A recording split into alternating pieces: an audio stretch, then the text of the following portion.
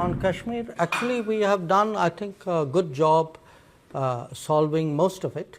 I think removing Article 370 was step number one. Holding elections, which were done with a very high turnout, was step number 3. I think the part we are waiting for is the return of the stolen part of Kashmir, which is on the under illegal Pakistani occupation. When that's done, I assure you, Kashmir solved. Take a gentleman here on the aisle. Yep. My name is Nisar. I am an author and a journalist. Let me make you a little nervous, Your Excellency. Thank you very much for your dissertation. Yeah. Kashmiris are up in arms because India is occupying Kashmir illegally. That's the reason why they are protesting. Now, given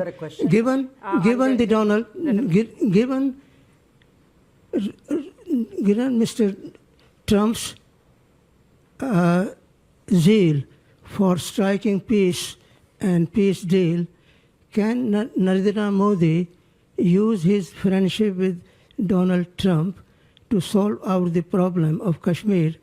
There are 1 million soldiers stationed in Kashmir to control 7 million Kashmiris. So what are you going to do about the Kashmir problem? Okay, you haven't spoken about. Can we just capture the question there? Thank you. Look, on Kashmir, actually we have done, I think, a good job solving most of it.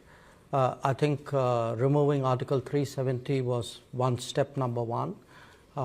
Then restoring growth and economic activity and social justice in Kashmir was step number 2. Holding elections, which were done with a very high turnout, was step number 3. I think the part we are waiting for is the return of the stolen part of Kashmir, which is on the under illegal Pakistani occupation. When that's done, I assure you, Kashmir solved. The second question, Global South. You know, look, there are different ways of looking at it, and I give you a perspective. What do countries in Global South largely want? They want more options. They want more experiences to compare, relatable experiences. They would like to get into relationships which actually help them build their society on a sustainable basis. So forget India, China for a moment.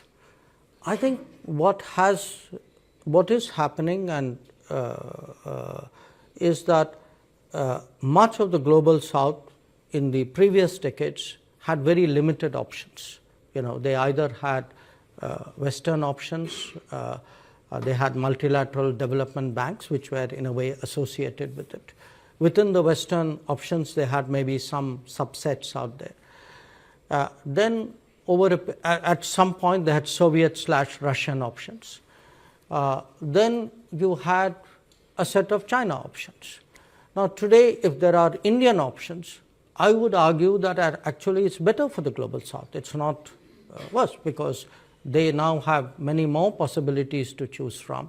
They will be in a position to evaluate which of these options and which of these relationships somewhere fit into their growth aspirations. And I can certainly say, you know, where India is concerned, we have today projects in almost 80 countries of the Global South. We have delivered actually about 600 significant projects in the last many years. And I do think that by doing so, I mean, obviously the partner country is benefited, but it also strengthens the hands of the partner country in dealing with other relationships. So I would not put this negatively at all. In fact, just like I say for India's positioning, a multipolar world is helpful, I think for Global South as well, I think a multipolar world is helpful, and it actually increases their negotiating ability.